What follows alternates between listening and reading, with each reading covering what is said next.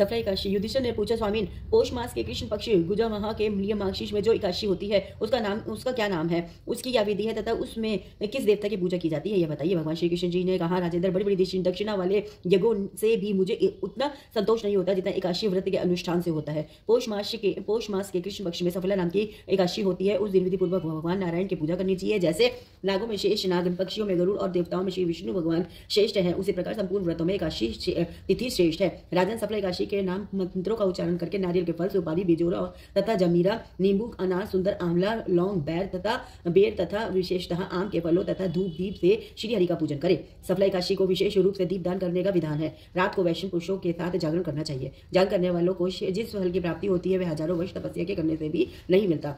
अब सफला एकादशी की शुभ कहानी कथा सुनो। चंपावती नाम से विख्यात एक पुरी है जो कभी राजा महिष्मति की राजधानी थी। राजा महिष्मति के 5 पुत्र थे। उनमें जो ज्येष्ठ था उसने पिता के धन को पाप कर्म में ही खर्च किया। वह सदा दुराचार परायण तथा वैष्णवों और देवताओं की निंदा किया करता था। अपने पुत्र को ऐसा पापाचारी देखकर राजा महिष्मति ने राजकुमारों में उसका नाम लुम्भक रख दिया।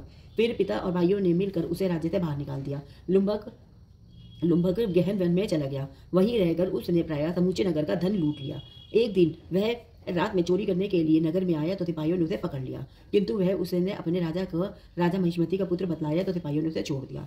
फिर वह वन में लौट आया और मांस तथा वृक्षों के फल खाकर जीवन निर्वाह करने लगा। उस दुष्ट का विश्राम स्थान पीपल वृक्ष के निकट था। वह पीपल का वृक्ष बहुत वर्षों पुराना था। उस वन में वह वृक्ष एक महान देवता माना जाता था। पाप बुद्धि लुम्बक वहीं निवास करता था। एक दिन किसी संचित पुण्य के प्रभाव से उसके द्वारा एकादशी व्रत का पालन हो गया।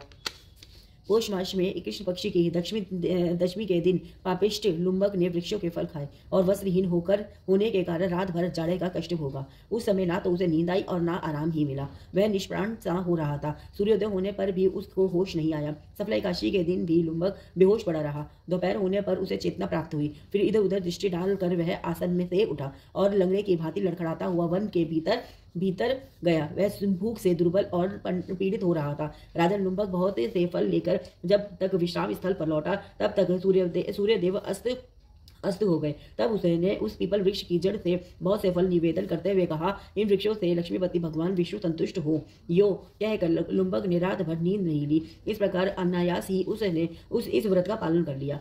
उस समय सहसा आकाशवाणी हुई, राजकुमार, तुम सफला एकादशी के प्रासाद से राज्य और पुत्र प्राप्त करोगे। बहुत अच्छा, कहकर उसने वह वरदान स्वीकार किया। इसके बाद उसका रूप दिव्य हो गया। तब से उसकी उत्तम बुद्धि भगवान विष्णु के भजन में लग गई। दिव्य आभूषणों से सुशोभित होकर उसने निष्कंटक राज्य प्राप्त किया और 15 वर्षों तक वह उसका संचालन करता रहा। उसका मनोज्ञ नामक पुत्र उत्पन्न हुआ। जब वह बड़ा हुआ तब लुम्बक ने तुरंत ही राज्य की ममता छोड़कर उसे पुत्र को सौंप दिया और वह स्वयं भगवान श्री कृष्ण के समीप चला गया, जहाँ जाकर मनुष्य कभी शोक में नहीं पड़ता।